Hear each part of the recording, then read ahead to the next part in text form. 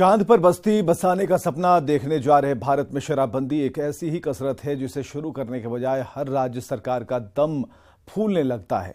2015 में मिले जनादेश के बाद मुख्यमंत्री नीतीश कुमार ने सत्ता संभालने के एक हफ्ते के अंदर शराबबंदी की घोषणा की थी, लेकिन हरियाणा और आंध्र प्रदेश जैसे राज्यों में शराबबंदी कानून के फेल होने और आए दिन जहरीली शराब से लोगों की मौत होने के बाद नीतीश सरकार पर दबाव है।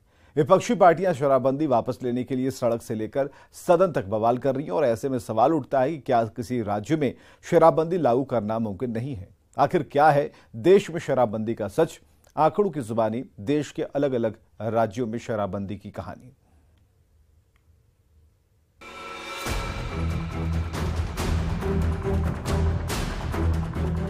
शराबबंदी की घोषणा की बदौलत नीतीश कुमार के लिए 2015 में सत्ता की राह आसान हो गई थी।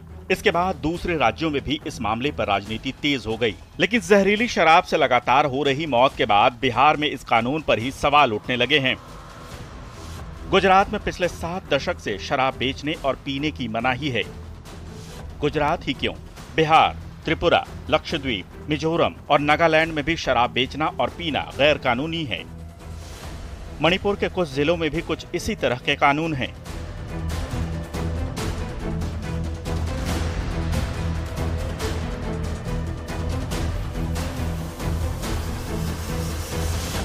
बिहार से पहले आंध्र प्रदेश, तमिलनाडु, मिजोरम और हरियाणा में शराबबंदी का प्रयोग नाकाम हो चुका है। आंध्र प्रदेश में पूर्व मुख्यमंत्री चंद्रबाबू नायडू ने यह कहकर शराबबंदी हटा दी थी कि इसे पूरी तरह लागू कर पाना संभव ही नहीं। लेकिन मद्य निषेध के मामले में हरियाणा का नुस्खा काफी भयावह तस्वीर की याद दिलाने वाला है। जब बंसीलाल हरियाणा के मुख्यमंत्री थे, तब उन्हें 2 साल के भीतर शराबबंदी के अपने फैसले को पलटना पड़ा था।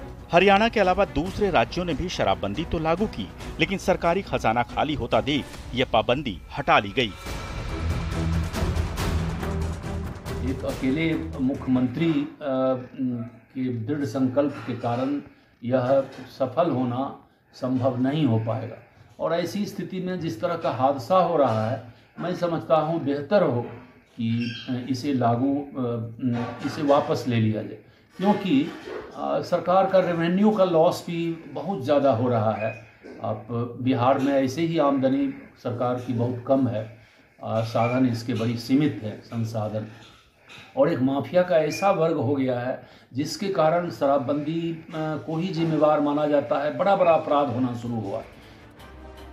हरियाणा में शराबबंदी से हुए राजस्व के नुकसान को अगर भूल भी जाएं, तो शराबबंदी के 21 महीनों के दौरान प्रदेश में 1 लाख के करीब शराब से जुड़े मुकदमे दर्ज किए गए थे। 13 लाख के करीब शराब की बोतलें बरामद की गई थीं। बरामद बोतलों की संख्या ही ये बताने के लिए काफी है कि हरियाणा में तस्करी के जरिए कितनी बोतलें आई होंगी। वहां जहरीली शराब पीने की एक घटना में 60 लोगों को अपनी जान से हाथ धोना पड़ा था। तब विरोध के कारण प्रदेश के मंत्रियों का गांवों में जाना मुश्किल हो गया था।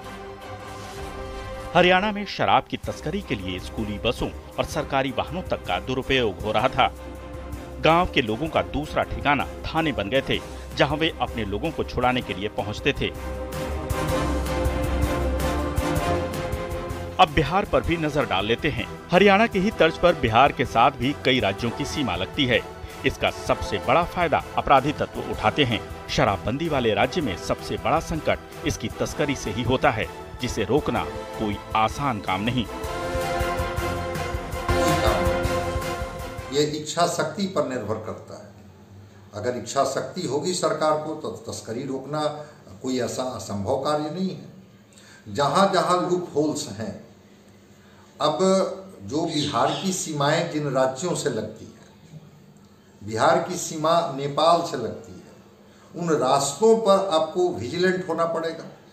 वैसे अधिकारियों के कंधे पर जिम्मेवारी देनी होगी जो अधिकारी ईमानदारी पूर्वक सरकार की इस नीति को इम्प्लीमेंट कराने में भूमिका अदा करें। शराबबंदी के दौर में गांवों में घर घर में शराब बनाने का सिलसिला भी शुरू हो जाता है। ऐसे में जहरीली शराब कहां से बनकर लोगों के हलक में पहुंच जाती है, ये पता लगाना प्रशासन तक के लिए चुनौती बन जाता है, जो इन दिनों बिहार में हो भी रहा है।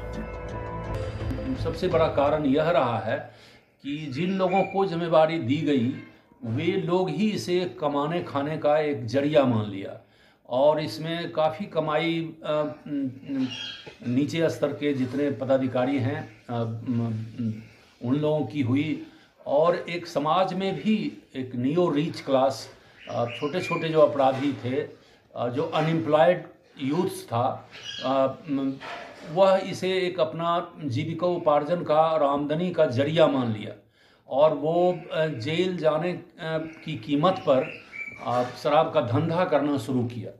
और ये ह्यूमन नीड है, यह बहुत कठिन वैसे भी होता है लागू करना। ऐसी हर घटना के बाद समझा जाता है कि लोग सस्ती शराब को लेकर सावधानी बरतेंगे और शराब से मरने की घटनाएं सामने नहीं आएंगी, लेकिन हर कुछ महीने के दौरान किसी न किसी जगह जहरीली शराब से दर्जनों लोगों की जान चली जाती है। जानकारों का मानना है कि पूर्ण शराबबंदी के असफल होने के लिए अगर कोई सीधा जिम्मेवार है तो वो है पुलिस और एक्साइज तंत्र। फंडा है, ये जहरीली शराब बनती तो इसी राज्य में है और चूंकि वो सस्ती होती है इसलिए उस शराब को लोग पीना प्रेफर करते हैं और जब पीते हैं तो मौत को गले लगाते हैं। तो जहरीली शराब अब डीनेचर्ड स्पिरिट जो काफ़ी सस्ते कीमतों पर मिल जाती है लोगों को, अब वो जो शराब माफिया हैं जो उस तंत्र को अंजाम देते हैं वो उसको खरीदते हैं और उसमें मिक्स कर करके और लोगों को बेच देते हैं। लोगों को भी सस्ती कीमत पर उपलब्ध होती है, उसको पी लेते हैं। उसको जल्दी से कैसे उसको फर्मेंट किया जाए इसके लिए बहुत सारे टॉक्सिक सब्सटेंस उसमें डाल देते हैं, तो स्वाभाविक है कि वो जहरीला हो जाएगा। ये तय है कि नीतीश कुमार ने तब बहुत सोच समझकर अतीत में दूसरे राज्यों के तजुर्बे से सीखकर और इससे बिहार की आर्थिक सेहत पर पड़ने वाले असर का आकलन करने के बाद ही ये फैसला लिया होगा। लेकिन फिलहाल इस कानून का सामाजिक पहलू ज्यादा भयावह नजर आ रहा है। हरियाणा में बंसीलाल अगर विकास पुरुष थे तो बिहार में नीतीश कुमार सुशासन बाबू कहे जाते हैं। लेकिन अपनी इस छवि को बनाए रखने की खातिर नीतीश कुमार के लिए ये जरूरी है कि वे शराबबंदी जैसे जोखिम भरे लेकिन समाज के लिए जरूरी फैसले को लागू करने में असाधारण सावधानी और सख्ती बरतें, या फिर अपनी टेबल पर एक तरफ पिछले 6 सालों में जहरीली शराब से हुई मौत के आंकड़ों